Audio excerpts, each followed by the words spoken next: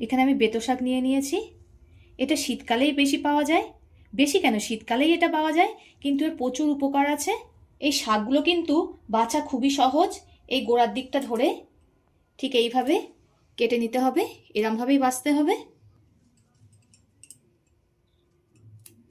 খুবই সহজ বাছা। এই শাকগুলো খেতে কিন্তু খুবই ভালো লাগে। যে কোনো শাকই খুবই ভালো লাগে খেতে। যদি সেটা ঠিকঠাকভাবে রান্না করা যায় তাহলে সব শাকই ভালো লাগে খেতে। এইভাবে একে একে সব বেতো শাকগুলোকে আমি বেছে নেব। এই শাকগুলো পুরোটাই বেছে নিয়েছি। এইবার এই শাকগুলোকে ছোট ছোট করে কেটে নেব। শাকগুলোকে ছোট ছোট করে বটিতে আমি কেটে নিয়েছি। এবার চলুন রেসিপিটা শুরু করা যাক। এদিকে একটা কড়া গরম হতে বসিয়ে দিয়েছি। এতে দিয়ে দেব সর্ষের তেল। তেলটা গরম হয়ে গেছে। এতে দিয়ে দেব অল্প করে 5 ফোড়ন। ফোড়ন থেকে একটা মিষ্টি গন্ধ বেরালে এতে 5টা 6টা রসুন ভালো করে কুচিয়ে দিয়ে দিলাম। রসুনের কাঁচা গন্ধটা চলে গেলে একটা বড় সাইজের পেঁয়াজ কুচি দিয়ে দেব। পেঁয়াজটা একটু হালকা করে ভেজে নিতে হবে। পেঁয়াজটা একটু হালকা ভেজে নিয়েছি। এরপরেতে দিয়ে দেব দুটো বড় সাইজের আলুকে গোটা গোটা করে কেটে নিয়েছি সেটাকে। আলুটা খুব ভালো করে ভেজে নেব। আলুটা খুব ভালো করে ভেজে নিয়েছি। 25 গ্রাম মুসুর ডালকে খুব ভালো করে ধুয়ে এর মধ্যে দিয়ে দিলাম। আর দিয়ে দেবো একটা কাঁচা লঙ্কা। ডালটাকে আলুর সঙ্গে 1 মিনিট মতো ভেজে নিতে হবে, যাতে ডালের কাঁচা গন্ধটা চলে যায়।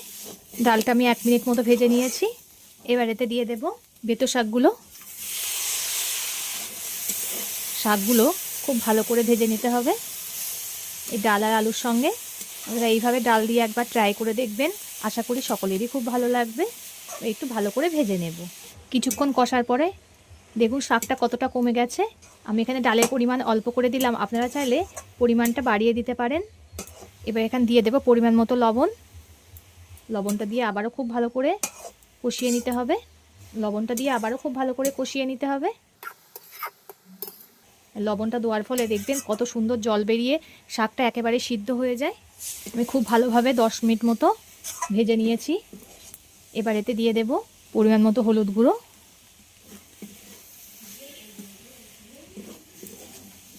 হলুদ গুঁড়ো দিয়ে কিছুক্ষণ ভাজার পর পরিমাণ মতো জল। খুব একটা বেশি জল দেব না, আমার শাকও সিদ্ধ হয়ে গেছে, ডালও খুব ভালোভাবে সিদ্ধ হয়ে গেছে, তাই এখানে অল্প করেই জল দিলাম। এবার ঝোলটাকে ফুটতে দেব। ঝোলটা ফুটছে, এই সময় দিয়ে দেব চা চামচের 1 চামচ সাদা সর্ষে বাটা। আবারও খুব ভালো করে ফুটিয়ে নিতে হবে। শাকের এই জলটা দেখুন খুব ভালো রকমই শুকিয়ে গেছে।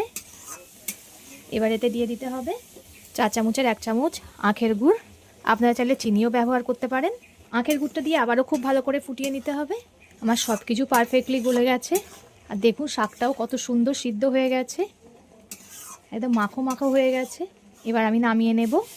ভিডিওটা ভালো লাগলে লাইক ও শেয়ার করে দেবেন, কমেন্ট করে জানাবেন আপনাদের মতামত। পরবর্তী ভিডিওতে আপনাদের সঙ্গে আবার দেখা হচ্ছে।